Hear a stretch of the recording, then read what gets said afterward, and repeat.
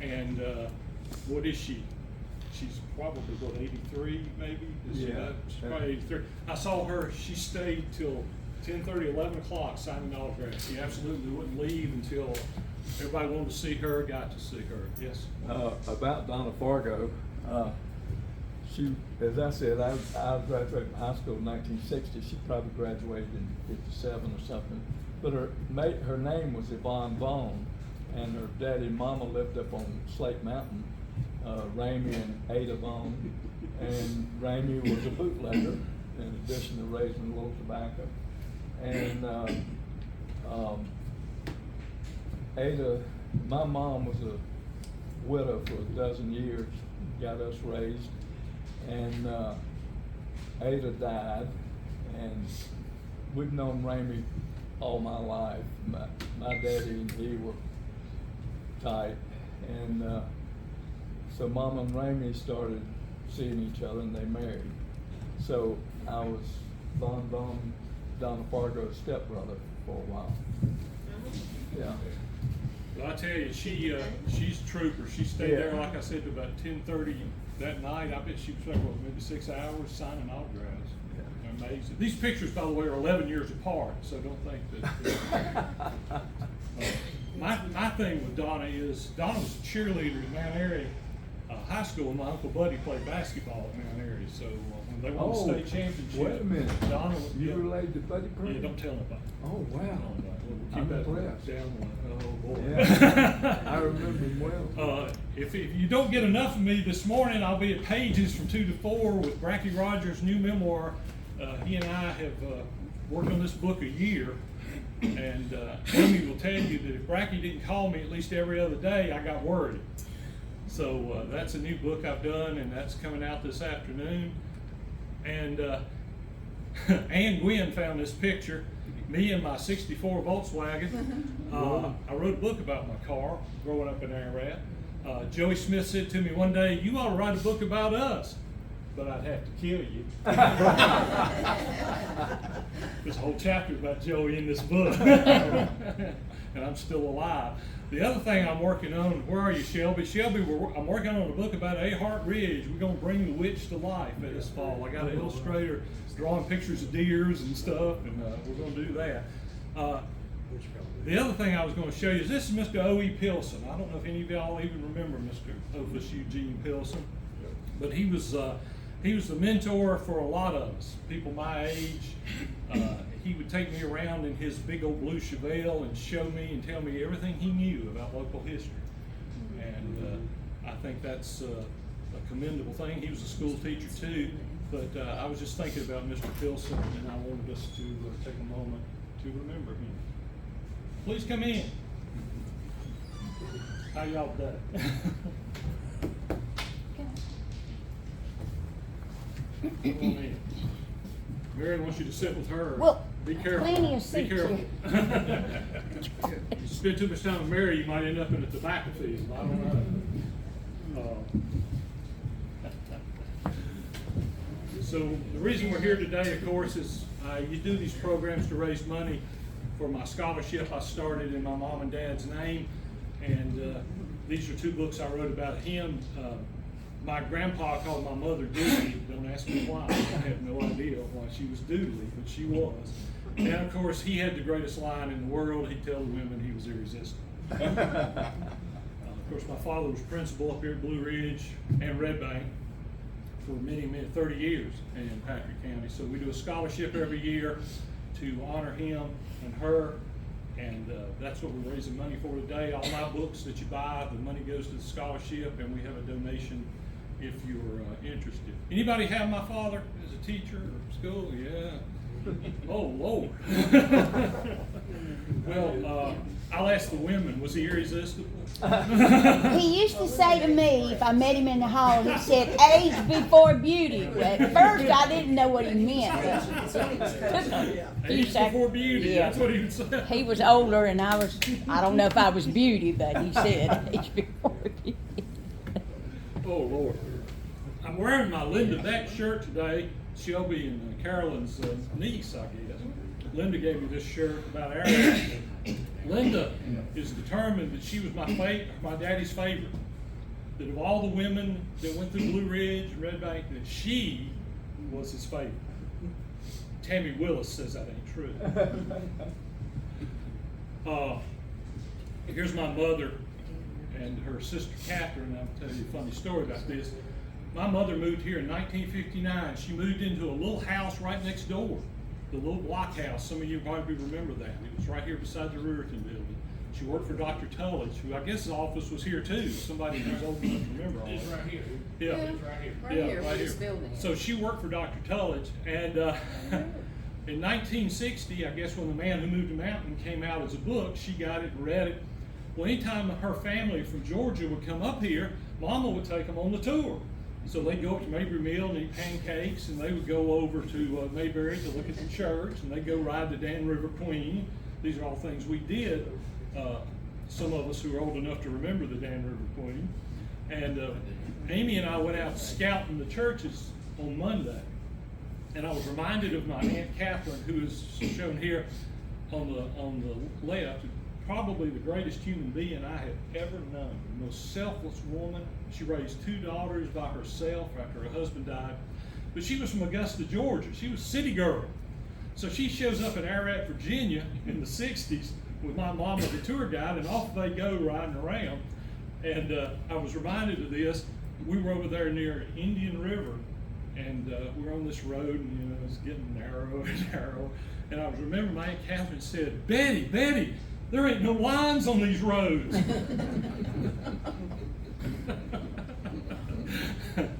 So it was my mother that introduced me to Bob Childress as a very young man reading The Man Who Moved the Mountain. Something else I discovered about Irresistible. Ray, where are you, Ray? Right here. Ray There he Ray was on my daddy's 1961 county champion baseball team. I've been interviewing these fellas who are left, Joe Weatherman and Larry Smith and Ray and Julius Easter, among others, were on this baseball team, and they won the county, and there he is in 1961, got his narrow tie and everything on, and the thing was, my daddy was a great That's right. baseball player. He really was First base. good at baseball. And he just loved baseball to the day he died. He was a Cardinals fan. And so anyway, there's a little history, and here's a little more. State champions, Patrick County High School won the state Wow. championship. So there's your little history. They all dyed their hair blonde for some reason. They thought that would make them better, I guess. But there they are, the state champions. So we've given away 6 of these scholarships now. I give them usually to a Patrick County senior who writes me a 1,000-word essay on history. I make them earn their money. And these are the ladies who have all won this scholarship. The last one this year was Macy Hall, who is Patrick Hall's daughter. And Macy's grandma, of course, Margie, was my dad's secretary at Blue Ridge. So it wasn't rigged. She really wrote the best essay, I think, of any of these young ladies. But these are all the ladies who have got the scholarship.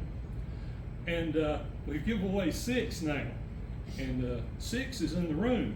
And it's been my great pleasure to embarrass him. Cole Snyder right over here is Amy's grandson.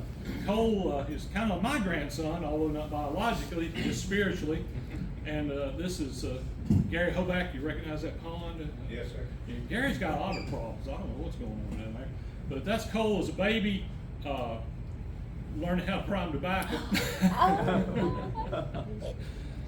He bow hunts, so y'all be careful. Don't mess with him. Don't mess with him.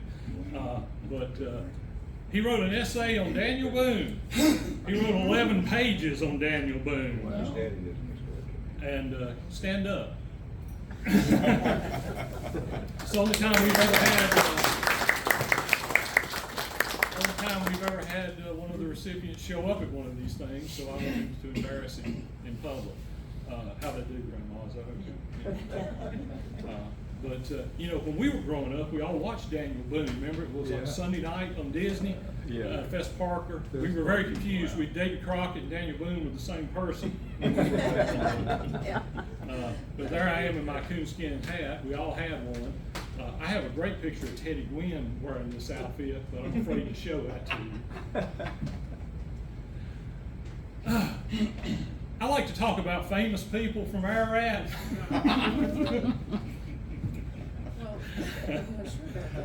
Andy Griffith's mom was from Ararat. Of course, Anna Orlina Puckett, Hawks Puckett was from Ararat. She was the midwife that gave, I guess, delivered Bob Childers. This is a new picture of Jeb Stewart in the middle we discovered a couple weeks ago. He's at West Point, the middle picture at the top. And he's not got the beard, so he's probably throwing you for a loop. But there he is with the beard on the far right. And of course, we all know how famous Vito is, so we had to put him in the program. Kevin, are you offended yet? No, that's too bad. I'll tell you something about Vito. Vito has a truck just like mine, and if anything ever happens to mine, I'm going up and get some parts. And of course, Taylor, who's probably off at a flea market today, somewhere buying NASCAR stuff. Something else we've started doing is Dave Luskin and I have been taking people on tours of the Jeb Stewart birthplace. If any of you are ever interested in doing that, just contact me. And Chip Bondurant has told me this week they're going to rebuild a little piece of the dinky and put it out there on the birthplace. I think Wesley Brown found some rails. Joe Bill used to use them to hold up all the bridges on his farm. He used the rails from the dinky. But if any of you are ever interested in that, we gave Tammy Large's grandchildren a tour a couple weeks ago. We were at the Manor Museum, and this little boy walked up to me and asked him what his name was. He said Jeb.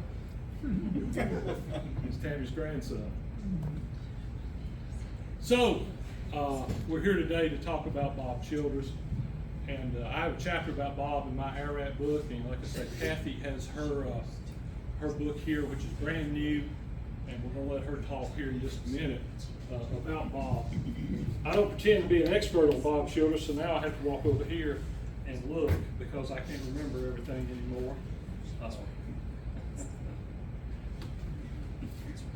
Here's a little genealogy map to show you how Kathy is related to him. What great something, she'll tell you. And of course how Stewart Childers is related to Bob. And we'll let you look at that for just a second.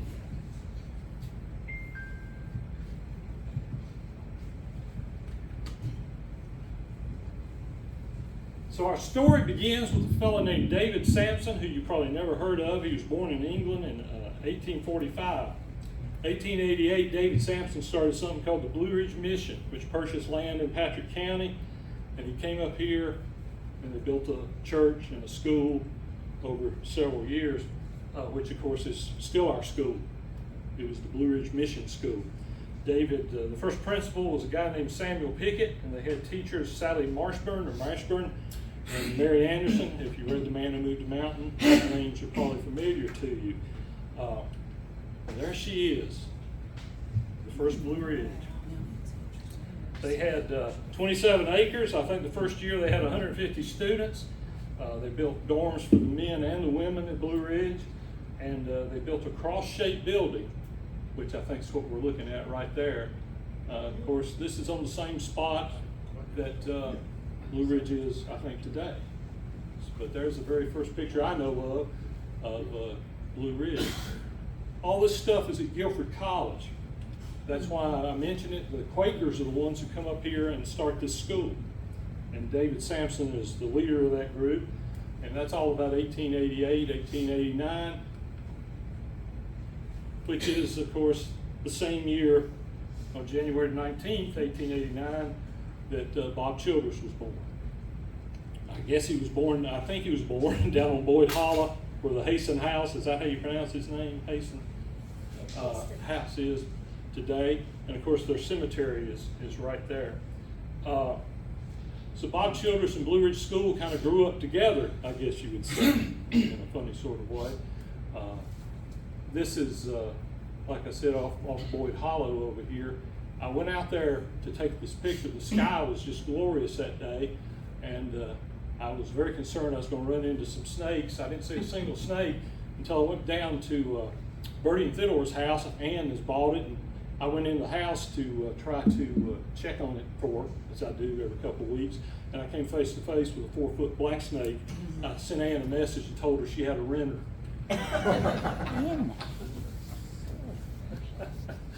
And here's some pictures from Blue Ridge. Most all these pictures I got from Bobby Clement, who I think got them from Carrie Sue Culler. Who knows where Carrie Sue got them? She might have took them, who knows? But these are all pictures of Blue Ridge a little later. But they had dorms, they had a school, they had a church. I'm not going to get into all the details about that. But they eventually, of course, the Quakers are going to sell it to the Presbyterians, and I think then the Presbyterians sell it to the county. And a couple more pictures of the school. You seen all these, Shelby? Have you seen all of these? Some of them, not all. Most all of these I either got from Bobby or Guilford College. Guilford College has a huge collection of Blue Ridge School stuff that you can go and read through if you're interested in that sort of thing.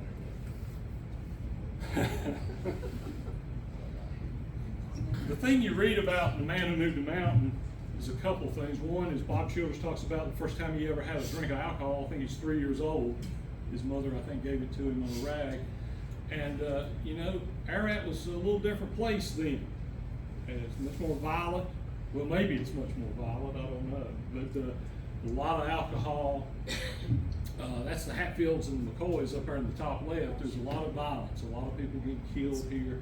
The Quakers come in here to try to change that, and they have a time. They really have a time. One of the hobbies that Bob Childers writes about in The Man Who Moved the Mountain is this thing they called rocking, where I guess your hobby was you threw rocks at buildings and or people. So Ernest T. Bass was real. And Otis there, Otis was very much real in Ararat, which in September, Danny will talk all about all of this. But, you know, I never realized until, I guess, this week that throwing rocks at people in buildings was a real thing. And they really did that. That was something that Bob Childers writes about doing. This is my favorite picture. Oh, look at Amy Emma. Right. So Yeah. here we go with the back row is an interesting crowd, isn't it? You got the ladies in the front. So from far right, you got Davis Reed Smith and Marion, and then you got Harry Epperson there in the middle. You got George Gwynn, Theodore and Gray's daddy, and little old Bob Childers, who was a big man, looks awful small compared to this bunch of hooligans, doesn't he? I was just thinking, Look at those cheekbones. I knew 3 of these guys, actually knew them in my life, Harry and George and Davis. Davis, of course, would be Fred and Reed's father. So that came from Bobby Clement, and I wanted to share that with you because that's one of my favorite pictures of all the ones I've ever found. But Harry looks like he's ready to go start a radio station, I guess. George delivered the mail, and Bob, of course, became the Man Who Moved the Mountain. And Davis Reed Smith over there is, like I said, Fred and Reed's, and Joey's, and Colt's, and you know, it goes on. I think I've only known 4 or 5 Davis Smiths in my life. 4 or 5. So how many of y'all related to people in this picture? Well, yeah. Yeah. Oh, me. But anyway, I wanted to share that with you because that's I just love that picture. That's an Ararat Mafia meeting if I ever saw one right there. Bob is going to meet and marry Pearl Ayers in 1912. I think that's Pearl on the front left there in this picture. I don't know exactly who everybody else in this picture is, but I'm pretty sure that's Pearl. They, of course, will have 2 children together, a son and a daughter. Pearl will die in 1918, and she's buried there in the Children's Cemetery off of Boyd Hollow Road. Beside Haston, who is Bob's brother, Bob's older brother, who probably is as influential on Bob Childers as any man alive, getting him and supporting him and all that, other than maybe we were talking about Roy Smith. Shelby brought a couple of books up here. One's about Roy Smith, who was really instrumental in getting Bob going, and a book about Bluemont. So if you're interested over there. So Shelby, correct me if I'm wrong. Roy's son was Newton. Was Roy's father. Roy's father. When the Presbyterians took over Blue Ridge School, Newt was sent from South Carolina Okay. to be the minister. And he had several sons, Roy being one of them. And they ended up founding most of the Presbyterian churches in this area, Unity, Mary Horner Walker, Danview. But Roy was the minister at Bluemont when, you may want to be, be quiet. No, you can, I like for you to come so I don't mess it up. So Clarabelle was Was Roy's sister. Roy's sister. Newt- And Ayla did. Newt was an the Ayla mother. did. Well, they used to babysit me when I was a kid. Clarabelle and Ayla used to babysit me because Mom and Daddy, after they lived here, they moved down here right in front of the store. And I guess Clarabelle and them lived next door. So they babysit me And when see- I was a little boy. And our grandmother lived next in the house at the other apartment. Yeah. So I wish I had had the forethought to talk to Clarabelle and Aileen. We did. About all that then. But it's funny what a small world it is sometimes that they actually had babysat me as a little boy. Bob also, from oral tradition that I know, lived over near where Harry Epperson's house is today, up there on Fence Post Road. And if you look down towards Squirrel Spur from there, Bob, from the oral tradition that I've gathered, had his blacksmith shop in that area. Well, the other thing that came through that area about the same time was the Dinky Railroad. So Bob's blacksmith shop, I'm pretty sure, was right along the Dinky Railroad, the Mount Airy Eastern, which we've done programs about here. But like I said, he lived over there pretty close to where I think Harry Epperson's house is today.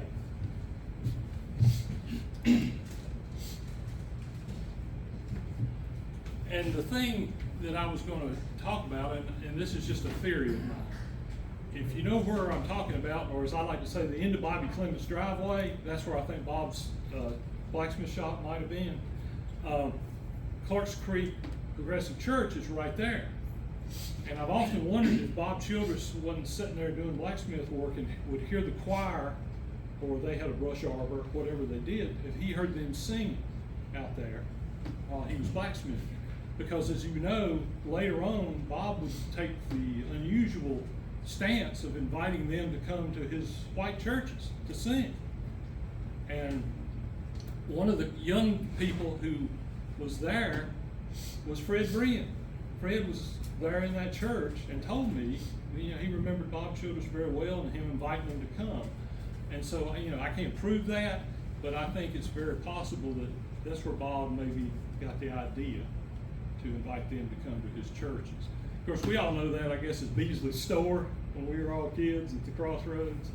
And right across there from where our good friend, the great Greg Radford, grew up.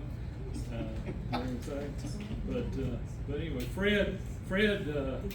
Fred was always an interesting guy to me because he couldn't go to Blue Ridge. He ended up being the principal at Blue Ridge. In 1912, of course, the shootout at Hillsville happens, and this really kind of changes Bob Childress's life. I think he started to realize a lot about the violence, and I always love this quote about him. He said, "I was hardly ever sober, not even in the morning. I was miserable and sick to my soul." And that's when I think he started to turn his life over to Jesus Christ. If you haven't been, they're doing remarkable work on this house. And now, Shelby, update us. We have made remarkable progress. We have a fur piece to go still. But this week we're getting the floors refinished. Everything there just about has been replaced. It was on the ground in the back when we got it. And the first $100,000 we spent, we raised it 4 feet, put a foundation under it. We put a heating system in, cooling system, new floors, new walls, new roofs, except for the gazebo still has the original slate. We just could not afford to put slate roof back on it, so we just put a regular roof. But we're open the first weekend of each month, Saturday and Sunday, from 1 till 4, for tours, if we have guided tours to the house every first weekend, so it'll be August 5 and 6 this coming month. And I encourage you, if you're interested, to support them in doing this, because we've waited a long time to get this house preserved. And the other thing you do if you go to the take the tours is you get to see Raleigh Puck. So that's why I go. That's why I go. It's funny, he is always there when I go. He always is.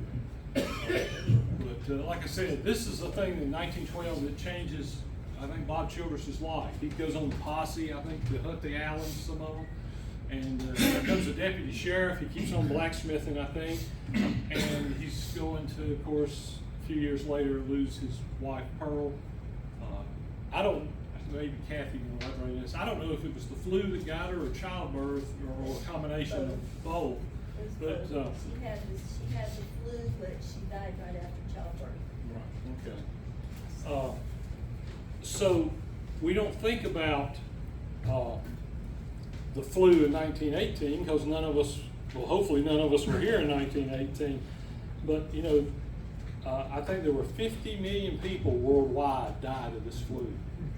And there was almost, I think, over 500,000 in the United States who died of this flu. And it was really something. Of course, it's World War I is going on while this is happening. And like I said, Bob Childress loses his wife and finds himself a single father in the holla. He's going to marry Mamie Leela Montgomery in 1919. This is the cabin that's down on what I guess used to be the Moyer back place. Eric owns this now, is that what it is? Eric owns this now. And this, by oral tradition, has always been a cabin that people said Bob Childress lived in at some point too. And so this is the second Mrs. Childress, who will live until what, 1983, I think? She lived a long time. And Bob will have all his other children. Bob gets the calling to become a preacher in Ararat, Virginia in the 19-teens, early 20s. And he goes down to Davidson College, north of Charlotte, where he sold apples to pay for his education. He actually, before that, ended up going back to Blue Ridge. I think he went into school with his son, who was first grade or something. And Bob probably a little larger than the rest of the first grade class. But he got his education. He ends up going to Davidson. He starts, I think, about this time being a student pastor at Mayberry. So he begins his work there. But, you know, I'm sure all his in-laws and family probably thought he was insane. Here he was with 2 children, going off to Davidson College to get his degree so he can then go to school and be a preacher. 1923, he borrowed $100 from his brother, moved to Richmond, and went to the Union Theological Seminary, which is still there in Richmond. And he spent, I think, 1 year there, maybe, or a couple of years there. He got a degree, and he had all kinds of churches coming for him, wanting him to be their pastor. He got all sorts of offers, and he turned them all down, and he came back to the Buffalo, where he will start his ministry. And it's just amazing. He was offered things like houses, cars, and huge salaries, and he turned it all down to come to the Buffalo and start his ministry. I'm not going to go into too much detail about these churches. Some of y'all probably know more about these churches than I do. But the man who moved the mountain, of course, makes all these rock churches famous. Bob didn't necessarily build all these churches, you understand. A lot of them are already built, and he's responsible for putting the rocks. I think he got the idea from a church in Tennessee he saw or something like that, and he came back and they started rocking all these churches. So that's Bull Mountain, which was his home base. He started a school there. He lived there, raised his children there. And I think they're building a fence there in that picture. I believe that's what they're doing. Slate Mountain, right off the Blue Ridge Parkway near the Chateau Morset, is another one of his churches. And here he is later in life with some of the children.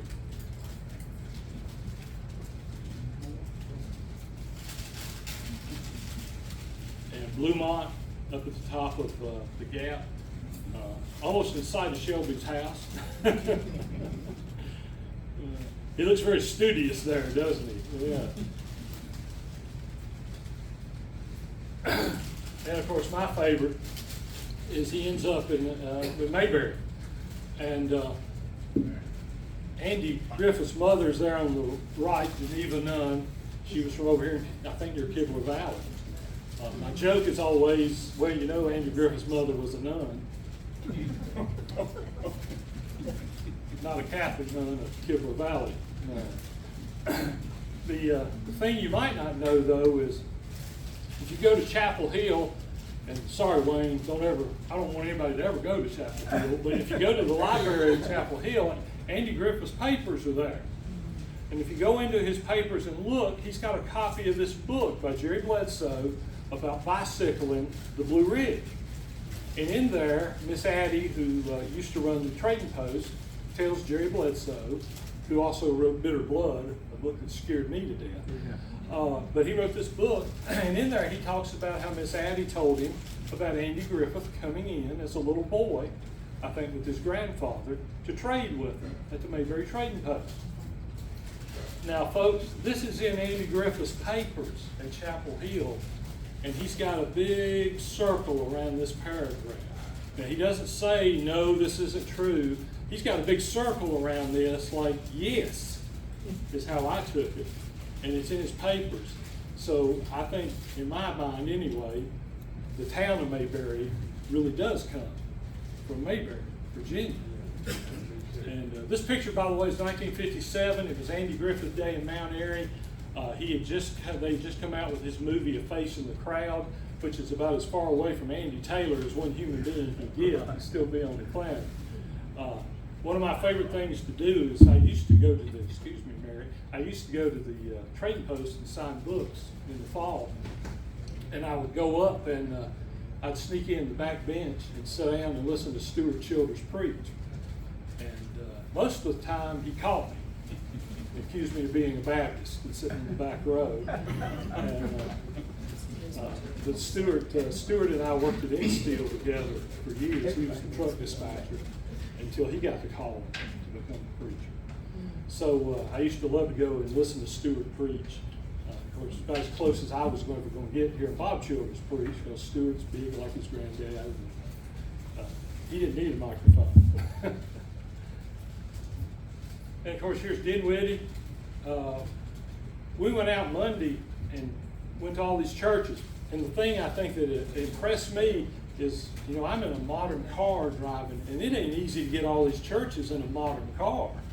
And there he was in that Model T or whatever he drove, a mule, a horse, and he's going all around servicing all these churches. And it's really quite amazing if you ever realize the distance involved in doing all of that. Tom, is he stuck? I think he's stuck, Mary. I see a chain there, like maybe. I think he's stuck, or he's posing for a picture. This might be He's got a woman helping him, notice that? supervisor. He's got a woman supervisor. She's got her hat on. She has her hand on the chain. Probably her idea to get him there. Oh Lord, y'all rough poor old Bob. Y'all rough poor old Bob. Get that woman out in the mud. Get closer.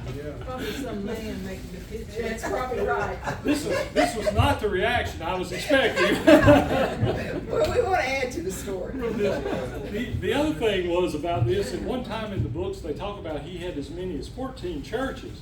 Now, how in the world? I'd love for somebody, I don't know if you know what the 14 were. We know about 6 or 7, obviously, but I don't know what the others were. 14 churches, that's just unbelievable that he could do that. Of course, not all at once. Not all at once. But this is Dinwiddie, which is up north of Hillsville, was one of them. And of course, this is the church in Willis, which I don't believe is Presbyterian anymore. But this is one of Bob's churches. And of course, that's him and all his sons, I think, during World War II. During World War II. And here's the Indian River. Now, Indian River's not rock. It's a different. And it's This is about the time my Aunt Catherine has said, Betty, there's no lines on these roads. But that's Indian River, which is still there, but obviously not rocked like some of the rest of them are. Bob Childers practiced his ministry for 30 years, 26 to 56. In August of 1950, he had a stroke. I think it paralyzed him kind of on the right side. He was getting so many visitors, his doctor sent him to Florida to get away from his constituents there.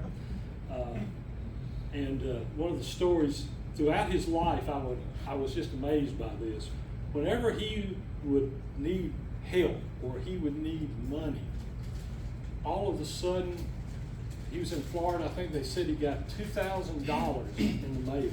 People sent him money because of what he had meant to their lives or to help him.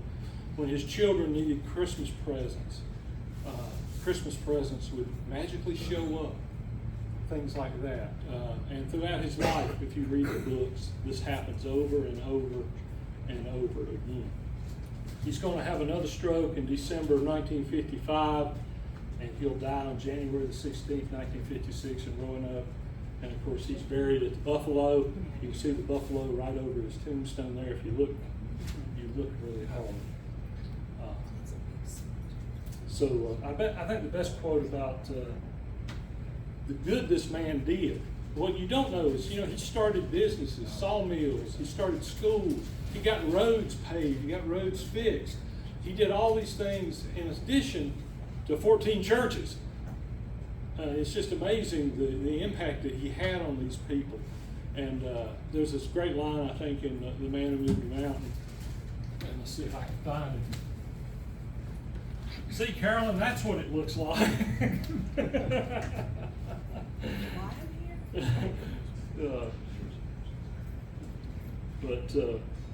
I was going to end on this. This was two guys were walking away from Bob Childers' funeral, and one of them says to the other one, Bob Childers is gone. You won't have another Bob Childers. There just won't be another. And his buddy says, there won't never need to be one. And so that's my dog and pony. And we had the Historical Society of Carroll County had Bob Childers Day years ago at Bluemont, and sadly we did not record it. But it was at a time when a lot of the original members of Bluemont Church were still alive. And the people stood up, we were there 2 hours, as people stood up and talked about what Bob Childers had done for them in their life. And it's hard for me to think that anybody could do that. But one lady said something happened to her feet, and her feet were swollen, and she couldn't get her feet in her shoes. Bob Childers went to town and bought her a pair of bedroom slippers so that she could have shoes to wear. And Jimmy Puckett, who is her nephew, talked about how all the children loved him so much, and he would load the car up and take them to get ice cream on Sunday afternoon after he had preached. And Jimmy said they loved Uncle Bob because he loved ice cream and he'd take them all. But I'd give anything if we had recorded that, because everybody had a Bob Childers story that was just amazing what he had done. And I mean, he wouldn't just, walk out here and do it. It might take sacrifice on his part, but he would do it. He just was a remarkable man, and sadly, we did not get that recorded. that's why I record everything, Shelby. Yeah. That's why I record everything. So anyway, we'll let, you can all, of course, go and look at these churches. I'm sure most of you probably have. But just to show you how spread out they are, there's a map of that. And of course, I believe 1960, this book comes out, which my mother read and started me on this journey. I think there's some parts about this book I don't like, and there's some parts about this book I really like. And we'll be with you in just a minute, sir. But anyway, now I'm gonna let Kathy come up, and if she wants to talk about her book a little bit, and she has her book for sale, and when Kathy's done, we'll get a sermon. Hey, I'm gonna take a little intermission. We got popcorn. Whoever wants popcorn, raise your hand. We'll bring it to you. Whoever wants a drink, we'll bring it to you. Anybody want a drink? Tell us what kind you want. What kind you want? Sun-Drop. Well, anyone from Stewart, we do have Sun-Drop.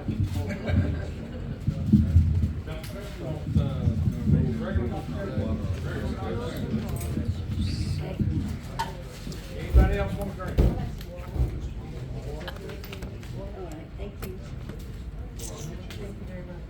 Anybody else want a drink? Diet Dr. Pepper? For years, I wanted somebody to write a book about Bob Childress Stewart. And somebody finally did. I wanted you to write it. Anybody want popcorn? Stuart did write a lot of this.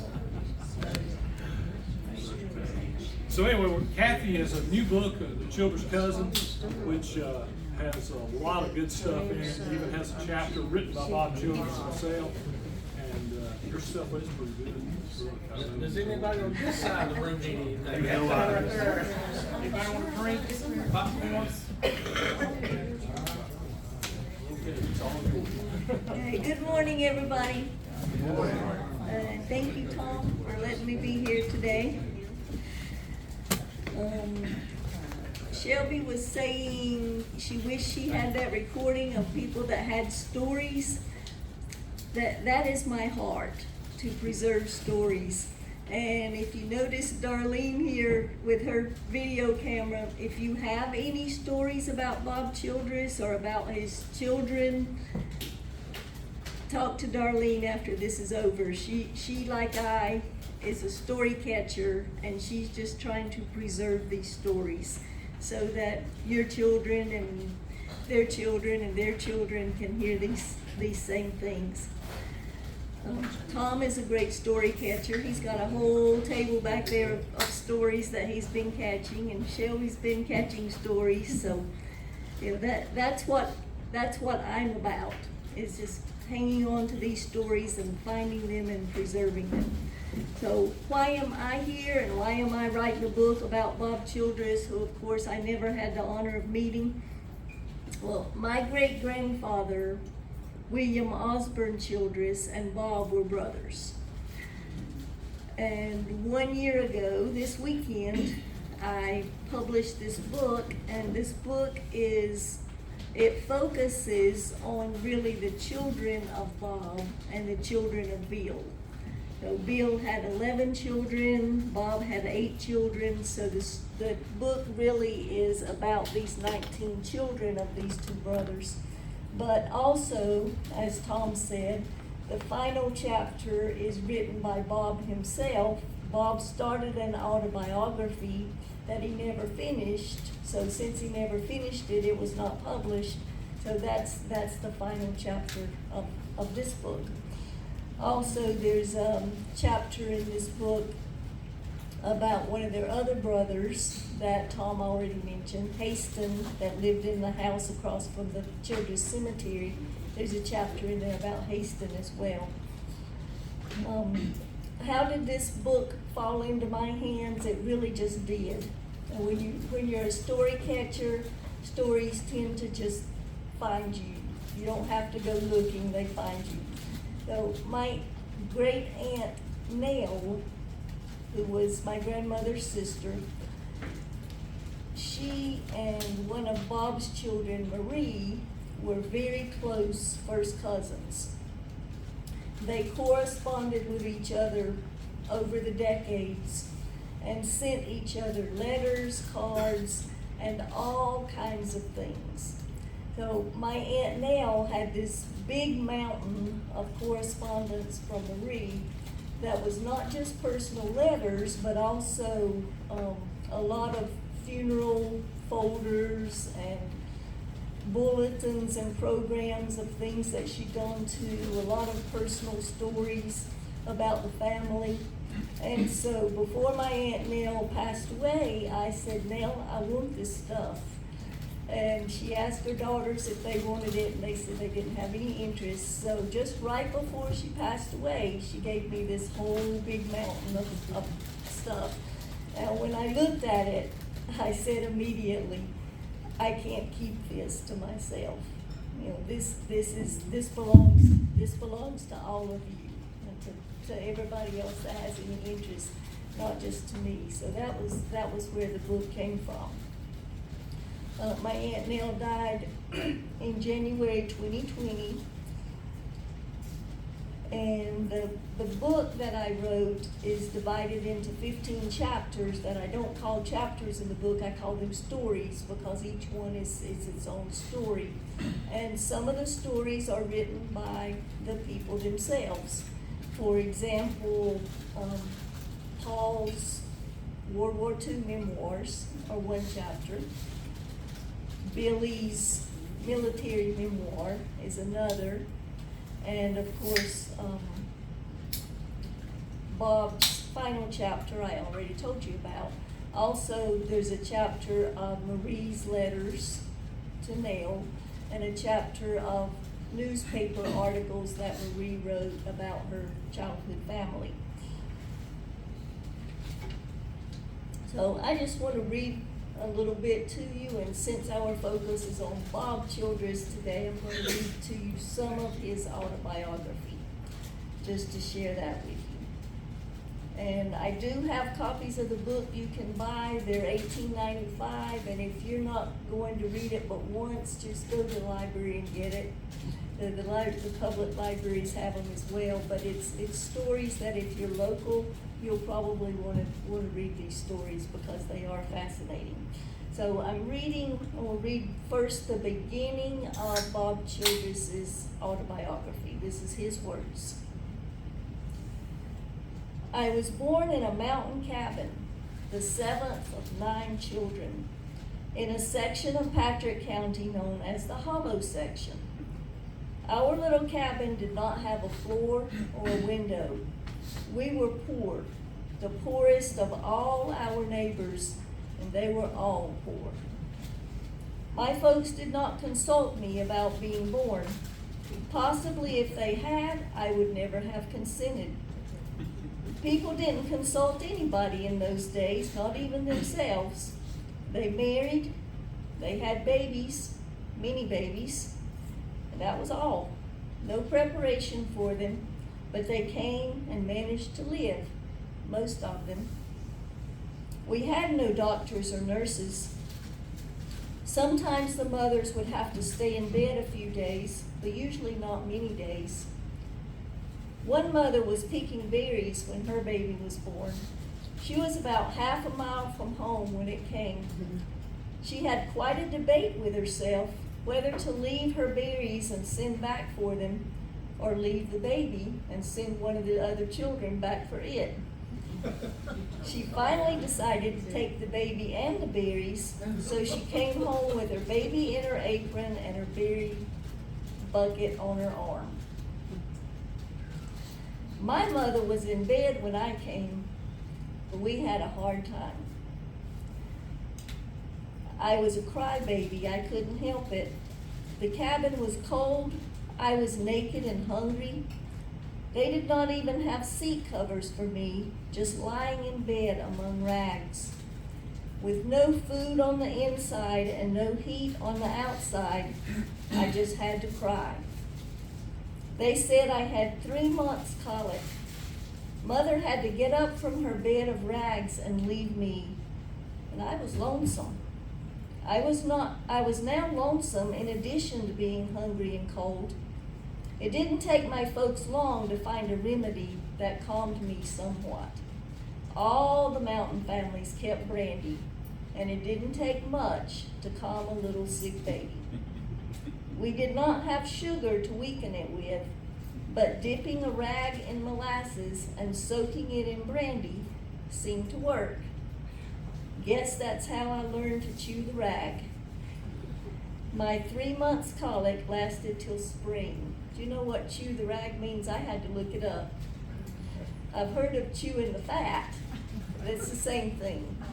Chewing the rag. So he's making a joke there with this, he's chewing the fat.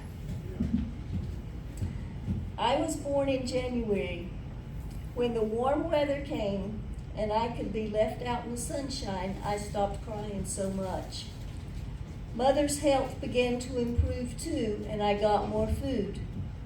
Babies were not weaned in those days, mountain babies, but continued to nurse their mothers till the next baby came along, and if the mother was strong and could give enough for two, she would hold the baby in her arms to feed, and the other one, old enough to stand, would stand by her side and nurse.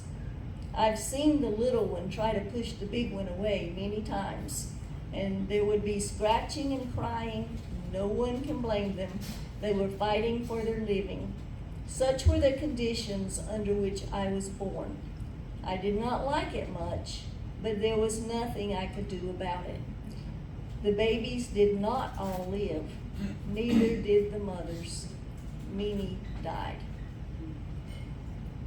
If a man lost his wife, he usually started out very soon to look for one to take her place. Of course, he always wept loud and long over his loss, but he was easily consoled. There's a story of one man who seemed hard to comfort at his wife's funeral.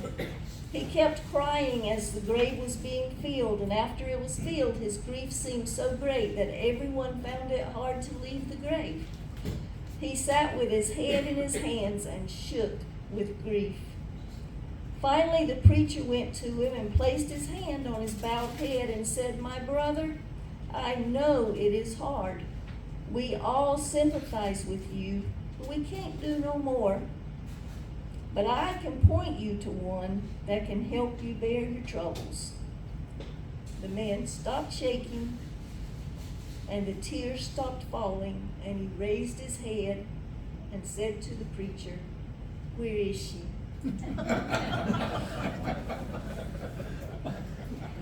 If a man lost his baby and it was very young, he would be consoled with the thought of predestination and say, "This is hard to understand, but it was meant that way, and when a thing is meant that way, ain't no use to worry." But if the child was big enough to work, he might say, "What a pity, just getting big enough to work." We'll skip lots of pages here, go from being a baby to being all grown up now. I had quite an experience about this time with an old lady who lived in Squirrel Creek.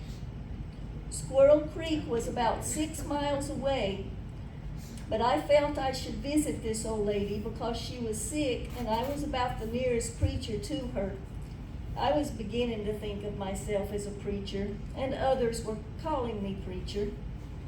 I took a big Bible under my arm and went to see the old sick lady. She was really very ill, but seemed very happy. She said she was 105 years old. I told my friends later that she didn't look to be more than 104.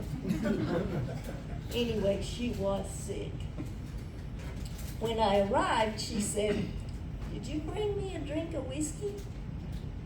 I thought, here's a good chance to witness a bit. The room was full of people, her sons, grandsons, and other relatives, and I was sure that they'd already had a drink or two.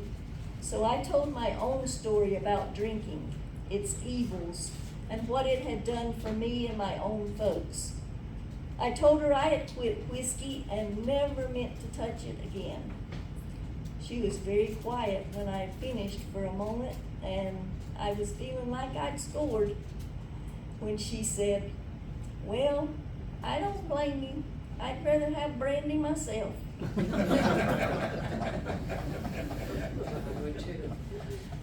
I met another very interesting lady about this time. I had managed to get a little Ford T model. Sometimes it would run. And one day, while driving along a little mountain road, I overtook this old lady who was walking with her grown son and daughter. I invited her to ride. She said, "I'm afraid to ride that thing." I insisted and finally persuaded her to do it. I got her seated next to me with her daughter next to her and her son standing on the running board. It had no starter. I had to crank it, and when it started, her son jumped off and ran away. She and her daughter tried to get out but could not get the door open. She was yelling at the top of her voice to try to get it stopped. I rode with her arms around my neck and her cries ringing in my ears, "Stop it, stop it." When we finally arrived at her place, which was not far, we had a really good visit, which was followed by many more. We became great friends, and this friendship lasted till her death, which was only a few years away. She was a great character. I spent many hours with her and listened to her tell her experiences. She said that she had taken off all her clothes 40 years ago and washed all over, but it had made her sick, and that she promised her good Lord that if he would forgive her, she would never do it again. I am sure she was faithful to her vows. Okay, well, I'm gonna stop there and give it back to Tom and maybe to somebody that knows a whole lot more about Bob than Tom and I do. Okay, thank you.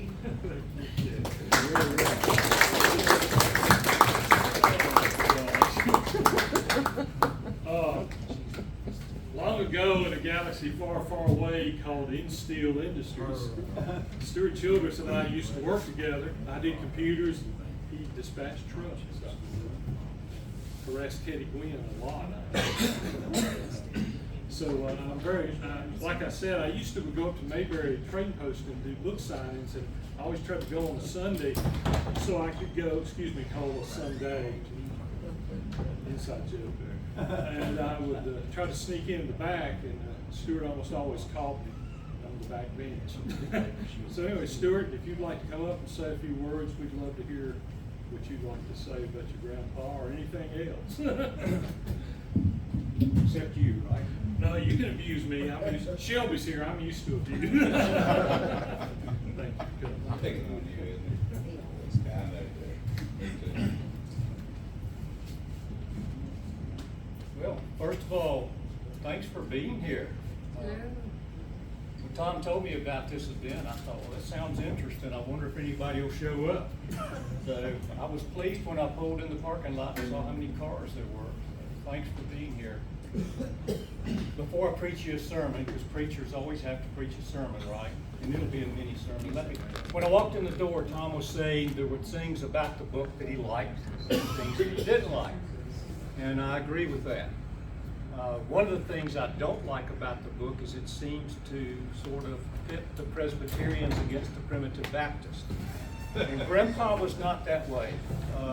Richard Davids, I think, embellished that rivalry a lot. He had a lot of good friends that were Baptist and Primitive Baptist, and although theologically they didn't agree on everything, they agreed on the most important thing, right? That Jesus Christ is Lord and Savior of all, and that's the thing that matters. So I think Grandpa would be a little upset that the book sort of tries to embellish that rivalry because it wasn't really there. The other thing I don't like about the book is that it seems to give him too much credit. I think he would be embarrassed. I had a person come up to me, have a number of people come up to me and say, "Do you realize how many people your grandfather saved?" And I said, "I know exactly how many he saved. 0. That's the work of the Holy Spirit." And so I think that Grandpa would be a little embarrassed that he gets too much credit for that. That it was the Holy Spirit that worked through him, which is one of the things I like about the book, because I think it shows you how God can take ordinary people, and if they're willing to step out in faith, do extraordinary things through them. I like that part. The sermon part I'm going to tell you that I like has to do with the rock churches themselves. Most of you know, I guess, the flagship, although Mayberry and Bluemont are older than Buffalo Mountain, they started out as clapboard-sided churches. They weren't rock-cased until later. Buffalo was the first church that was rock-cased from the very beginning, and it was built in 1929. Everybody knows what was going on in 1929, right? The Great Depression. So enter the rocks. The farmers had collected rocks because they tripped them, they tripped their mules and their horses, they broke their plow bits. They were a big nuisance. And so they picked them up and piled them up, sometimes made fences out of them. And so my grandfather had taken a trip to Montreat. Everybody been to Montreat, North Carolina? When you enter there, there's a rock arch that you go under. The Assembly Inn is rock. And my grandfather, I think, got the idea, that's what my Uncle Brian tells me anyway, that he thought, I think I know a use for those rocks. And so he had everybody collect those rocks and bring them. And I think that tells a story in itself. Everybody probably remembers the story in the 16th chapter of Matthew, where Jesus and his disciples are in the region of Caesarea Philippi, and he turns to them and he says, "Who do people say that I am?" And the disciples answer, well, some say John the Baptist, others say Elijah, some say Jeremiah or one of the prophets. Jesus then asks them, "But who do you say that I am?" And of course you can probably guess who's the one that speaks up first as usual, right? Simon Peter. So Simon Peter answers, says, "You are the Christ, the Son of the living God." And Jesus said, "Blessed are you, Simon, son of Jonah, for God has revealed this to you, not humans. And you are now to be called Peter, and you are the rock upon which I will build my church." So they're going on down the road, I guess, a little bit later, and Jesus starts explaining to them that he's going to have to go to Jerusalem and undergo great suffering at the hands of the chief priests and the scribes, and be killed and be raised on the third day. Well, Peter's going to have none of that. So he pulls Jesus aside and rebukes him and says, "Lord, forbid this. This must never happen to you." Anybody remember how Jesus responds to him? "Get behind me, Satan," right? "For you have set your mind on human things, not divine things, and have become a stumbling block to me." So here's poor Peter. One moment, he's the rock upon which Christ is going to build his church, right? And the next, it's "Get behind me, Satan, you're a stumbling block." And so I think that's what the rock churches, both the buildings themselves and my grandfather's ministry, tell us. That we all have a choice in life, right? We can either build a building block for God's kingdom, or we can be a stumbling block for God's kingdom. The choice is yours, one or the other. And so every time I look at the churches or I think of my grandfather, that's what I think of. Commercial-wise, I can't get up here without doing a commercial. We're actually having a revival night at Buffalo Mountain Tuesday night. It'll be at 7 o'clock. I guess most of you know where Buffalo's at. I will be preaching. Robbie and Betty Vance, a lot of you probably know Robbie and Betty Vance, will be providing some of the music as well as some others. So love to invite you and have you join us Tuesday night at 7 o'clock for the revival. Buffalo. Where? It's at Buffalo Mountain Presbyterian Church. Oh, So you go, everybody know where the Dollar General is at Laurel Fork? Okay, just cross the main highway there, keep going on what's called Duckspur Road. Like you're going out to Kanawha Valley, everybody know where that's at? yeah. Our But you'll cemetery's turn, out I there. think it's like 3.5 miles once you cross the main road there. There's a sharp turn to the right. There's a church sign that says Presbyterian Church, Pine View Road. Turn on that. You have one more turn at it, and that'll take you to Buffalo Mountain. It's right on the Floyd County, Carroll County line. In fact, the church itself is in Carroll That's County. borderline road, that's borderline, right? Yep, and the cemetery's in Floyd County. And what's so odd about the church is 3 of them are that way. Because at Bluemont, the church is in Carroll County, cemeteries in Patrick County. In fact, when I was pastor there, my office was in Patrick County and the church was in Carroll County, and my office didn't have any restrooms, and I kidded people telling them I had to walk across the county line to go to the restroom.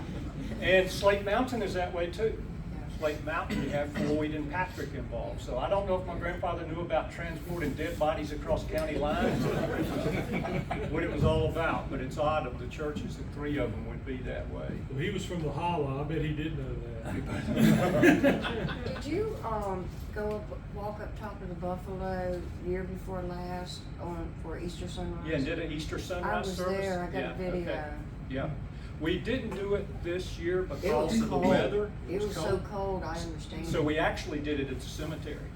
Yeah. We had the Easter sunrise, so I'm not Okay. sure this coming Easter whether we'll do it on the Buffalo. Something depends on the weather. I know, cause this time it was awful cold. Yeah, but the year you were up there, it Yeah, was it was gorgeous. nice.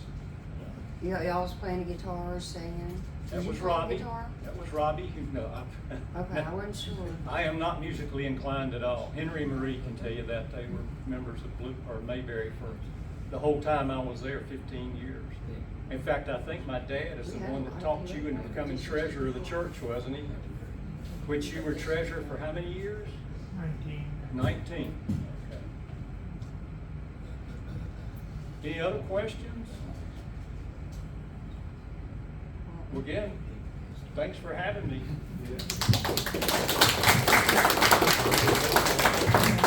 I feel like I ought to pass the plate around after that. Anyway, I thank you all for coming here today. If you have questions for Stuart, Kathy, please do. I have my books back here. And again, we're here to raise money for the scholarship, so if you're so inclined, please donate. Yes, ma'am. They said one thing, the ones of you that were here early and got to hear Wayne Childress singing and playing the guitar, Wayne's grandfather and Bob's father were brothers. Right, and Wayne, I think, is gonna play some more for us as we go out. So anyway, I appreciate everybody coming, and we're gonna do this again in September. Annie Martin's gonna come talk about moonshine, so we might need you again. I don't know. But didn't you think? I was sitting back there thinking, man, the apple don't fall too far from the tree, does it? Man, alive. You know. Anyway, thank you to Stuart. Thank you to Kathy. Thank you to. We have popcorn and drinks, and if you'd like to come over to my table, I'm sure Kevin will abuse me for your entertainment and pleasure. Anyway, thank you.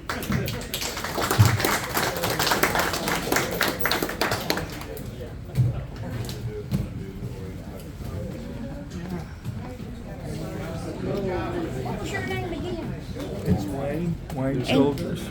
Wayne what? Wayne Childress. Okay, I'm sorry I missed you. You were playing and singing Yeah, before I I picked got. a little bit.